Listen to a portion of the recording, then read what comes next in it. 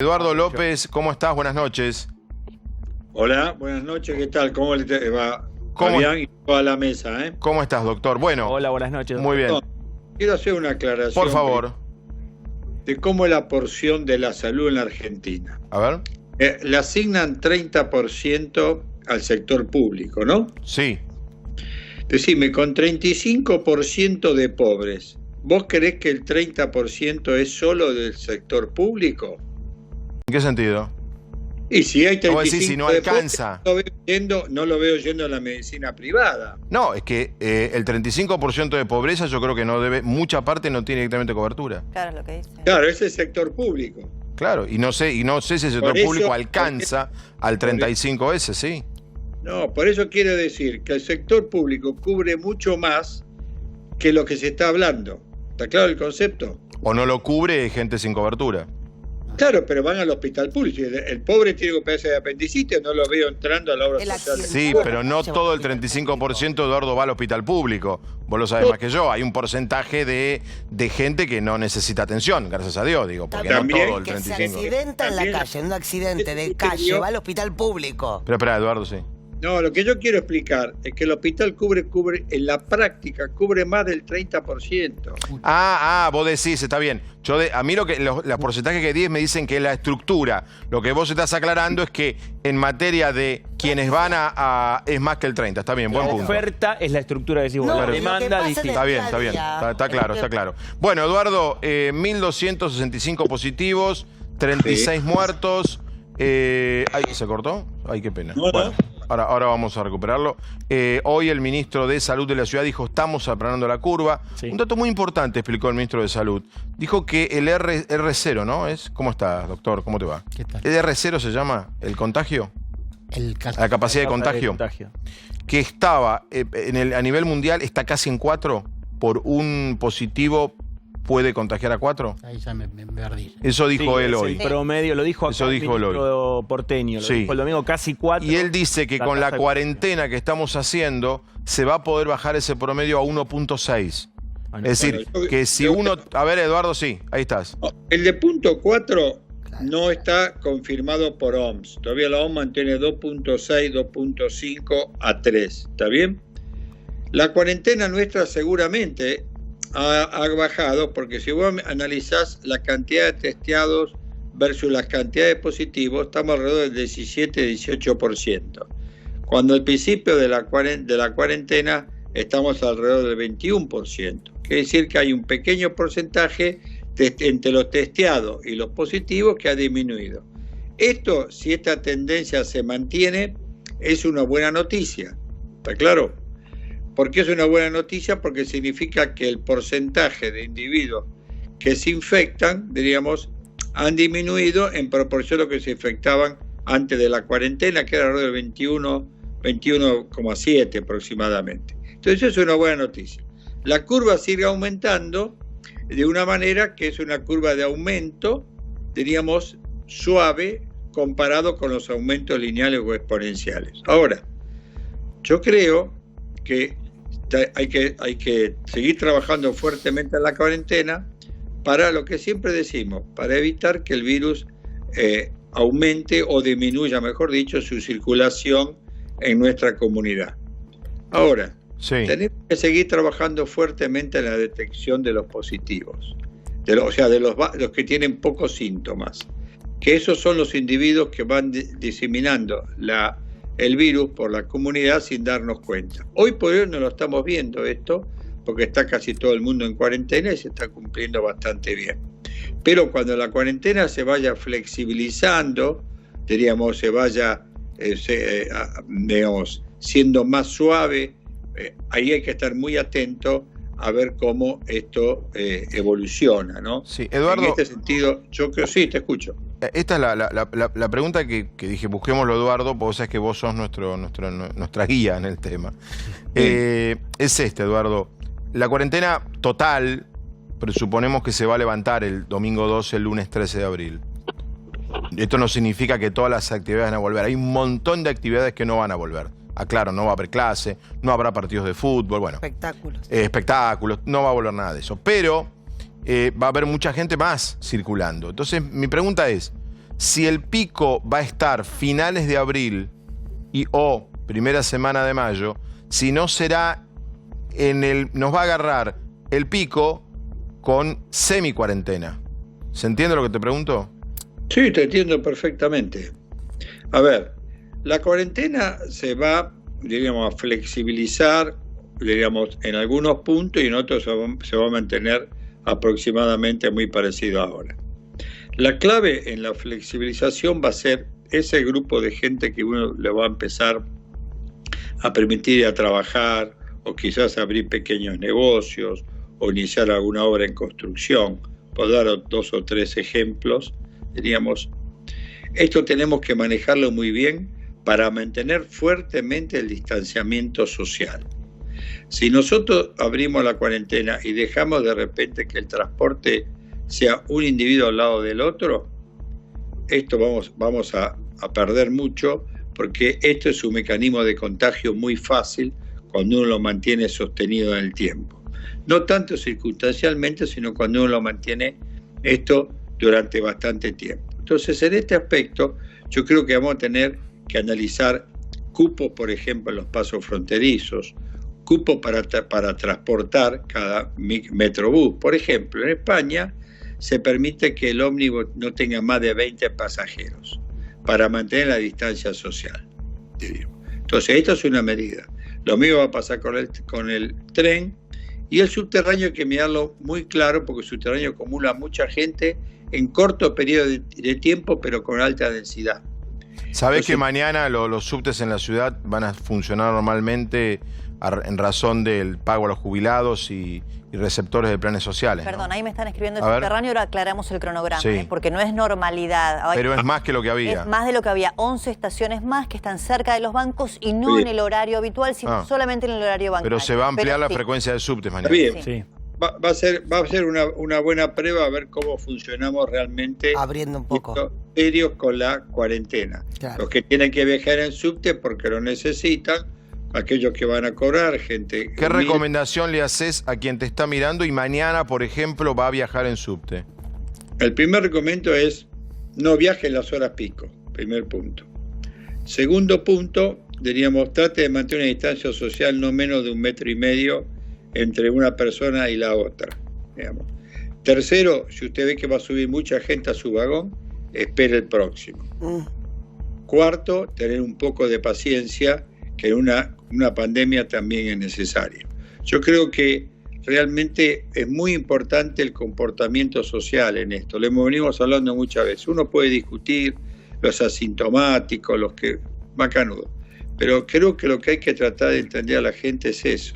Este es un virus, diríamos, que si usted analiza, diríamos, tiene algún comportamiento, un comportamiento que es muy parecido a todos los países. En los países que el distanciamiento social no funcionó, en los países que no se hizo una cuarentena fuerte de entrada, y en los países que se testeó poco, este es un virus que siguió creciendo. Entonces nosotros estamos trabajando con la cuarentena fuerte e insistimos en el comportamiento social. Digo, hay mucho de esto, ¿no? Pero hay mucho que insistir. Uno puede hablar de ciencia y explicar los anticuerpos y toda esta historia, pero en realidad este virus tiene un gran comportamiento o un pobre comportamiento en función cómo nosotros funcionamos como sociedad. Oye, Eduardo, bueno, ojalá hayamos aprendido toda la sociedad a partir de ahora a tener esa prevención del distanciamiento social cuando se abra la cuarentena. Pero hay un número que yo miro mucho y no sé si es correcto o no, y por eso se lo quería preguntar a usted, que es el especialista, que tiene que ver con la cantidad de gente que pasa a terapia intensiva. Y me llamó poderosamente en el parte de hoy del Ministerio de Salud el salto cualitativo y cuantitativo que hubo, que pasamos de 55 a 72 internados en terapia intensiva en un día. ¿Esto nos está hablando de que se está poniendo más grave la situación? ¿No es un número que por sí solo identifique algo? No, está dentro de los márgenes, un poco más alto de lo habitual, pero está dentro de los márgenes, porque uno, si lo analiza claramente, fíjense ustedes que... ¿Hola? Ahí. Lo perdimos. Te escuchamos, Eduardo, sí. Ahí, no, lo que yo digo es que en realidad, si uno analiza esto, fíjense ustedes que es un 7, más o menos un 6% del total, cuando la media a nivel mundial está en 5%, con lo cual a mí me parece que no es un salto estadísticamente significativo, ¿no? Fíjese que tenemos 1.100 infectados y hay 72 en la terapia intensiva, de alrededor de un 6,5%, que es bastante aceptable en función de lo que tenemos, ¿no? Entonces a mí me parece en este sentido que eso no me preocupa. Sí me preocupa, y eso hay que dejarlo, que hay algunos fallecimientos en gente más bien adultos, no de adultos mayores, sino más bien adultos estándar o adultos jóvenes, que eso es lo que hay que uno mirar. Eduardo, ¿qué edad sería adulto joven? Bueno, de 20 a 35 años, más o menos, 40. Después está adulto común, 40 a... Y esto a que, te pregunto, ¿podría tener una explicación en alguna enfermedad preexistente respiratoria? Una es perfectamente esa. Acordémonos que el fumador es un individuo que tiene mal pronóstico, tiene más complicaciones en esta enfermedad. La otra es el acceso rápido, ¿no?, a la terapia intensiva, o el acceso rápido a la consulta. Y ahí volvemos de nuevo a un tema que me parece que es muy importante, es hoy en día en la zona donde el virus circula comunitariamente, tener fiebre más algún signo, aunque parezca estúpido o poco importante, consultar para que se testee. Daría la sensación que los test, diríamos, no se están usando en toda su cantidad o no están bien distribuidos. Claro. Esto no puedo saber, o no hay cantidad suficiente. Nosotros hemos hablado aquí con Fabián y hemos dado cuenta de la información que cada uno de nosotros tenía respecto de la cantidad de test disponibles, ¿no? Pareciera que todavía no hay cantidad suficiente para hacer testeos masivos, como bueno, muchos de los profesionales de la salud como usted proponen, ¿no? Como parte del tratamiento, aislamiento social, cuarentena y testeo masivo. Sí, yo creo que no es testeo masivo, es testeo ampliado a los que tienen los síntomas, ¿no? Que no vamos a testear a todo el mundo. Me sorprende, y yo coincido, alguien lo comentó ahí, creo que fue Débora, que Jujuy haya hecho 3 exámenes para que los confirmar que son negativos un grupo de personas que estaba ahí. Sí, el micro. Sí, la verdad. El micro. ¿Vos no crees? ¿Sabe qué, doctor? Yo no quería contradecir esa información que decía Gustavo, pero me llamó la atención porque Jujuy tiene 5 casos confirmados hasta ahora. La ciudad de Buenos Aires tiene 345. 343. La ciudad de Buenos Aires, el Ministerio de Salud le dio 3.000 kits. Y la provincia de Jujuy, que entiendo yo, con 5 casos, no sé cuántos kits tienen como para hacer pruebas. No, pero debe tener porque el gobernador anoche nos ofreció a todos que querríamos entrar a la provincia, que si pagábamos los $18 nos hacían el test. Bueno, no sé entonces. Yo creo, con todo respeto a Morales, hay que ser prudente con las palabras, me parece, en este momento, porque digo que creo que la pandemia no puede ser jugada no puede ser manejada con criterio político, sino claro, de salud pública, tratando de apoyar a la gente. Yo creo que estamos en un momento que es muy importante, porque dentro de aproximadamente 10 días algún mecanismo de cierto grado de flexibilización de la pandemia va a haber. Diríamos, se va a discutir esto, pero tenemos que estar seguros que, diríamos, que la gente se convenza de esto y no discutir si hago 3 test en un lugar donde no tengo casos, que me parece que es demasiado. En ningún lugar del mundo se hacen 3 casos para los mismos individuos, 3 test para los mismos individuos. Eduardo, quiero volver sobre lo que dijiste recién, a mí me parece muy importante. Dijiste, me preocupa el testeo, o sea, que en algunos lugares no se está haciendo, que en otros lugares...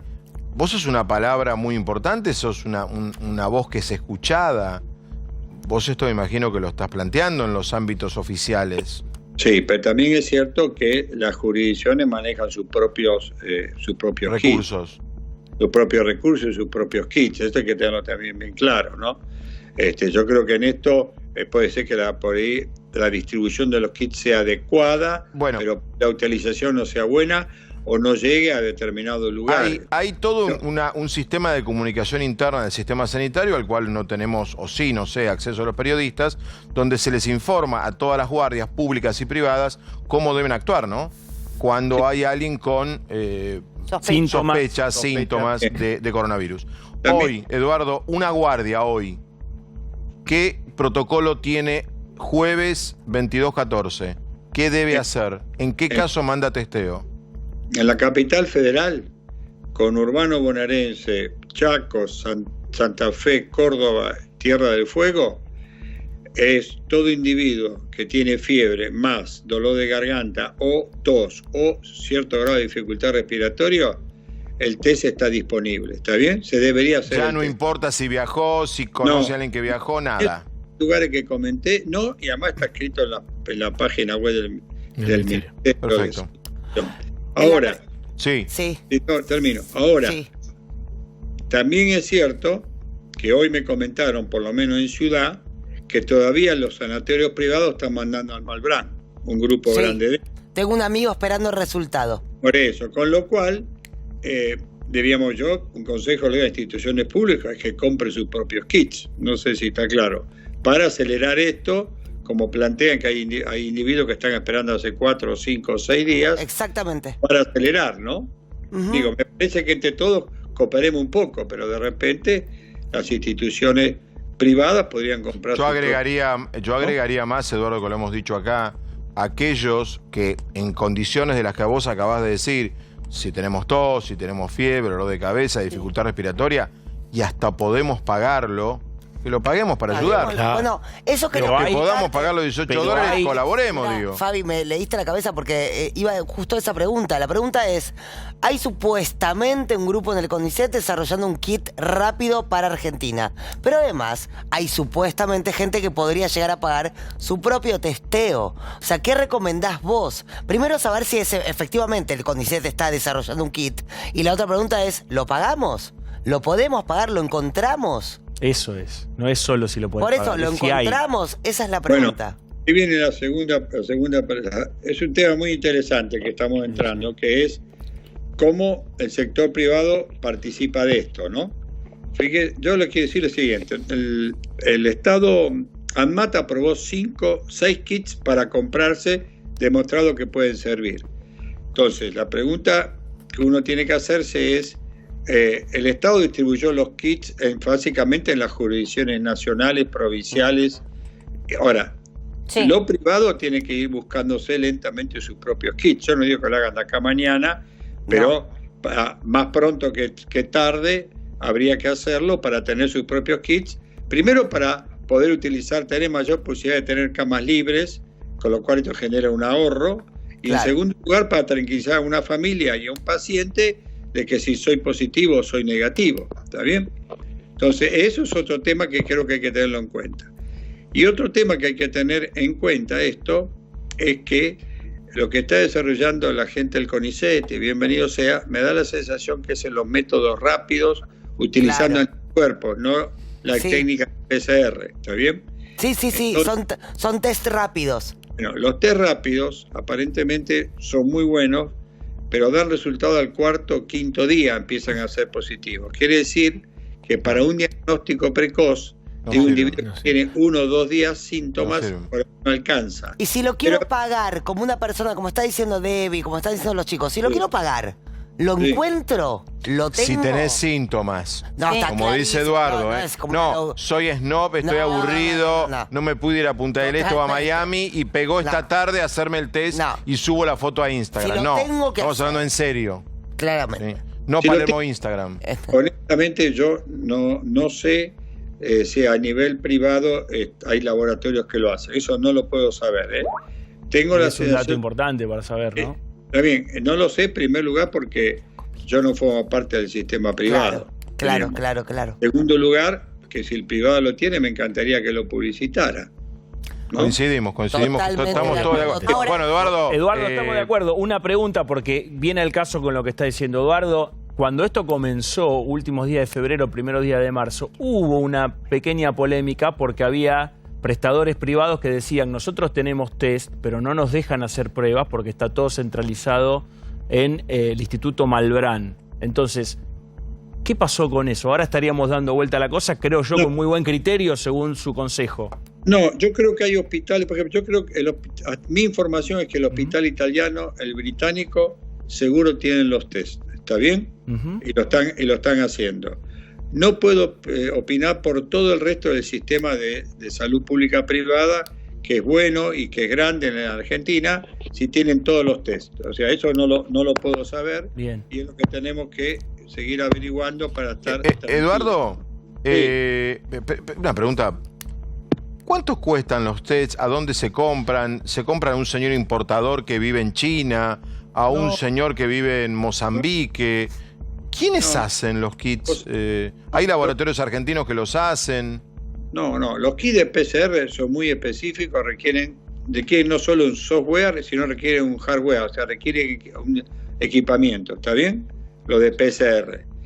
Hay productores mundiales de kits de PCR, hay 7 que aprobó el ANMAT, 7 o 6, ahora no me acuerdo, que no sé si tiene un distribuidor en Argentina o no. Sabemos el primero de todo, el que más se ha distribuido en la Argentina, que es un sistema que ya estaba, que lo compró prácticamente todo el Estado, ¿no?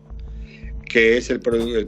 Y perdonaron la pregunta porque no sabemos. Yo llamo por teléfono hoy, soy el Estado. ¿Qué tal? ¿Cómo le va, señor PPTs? ¿Cómo le va? Bien.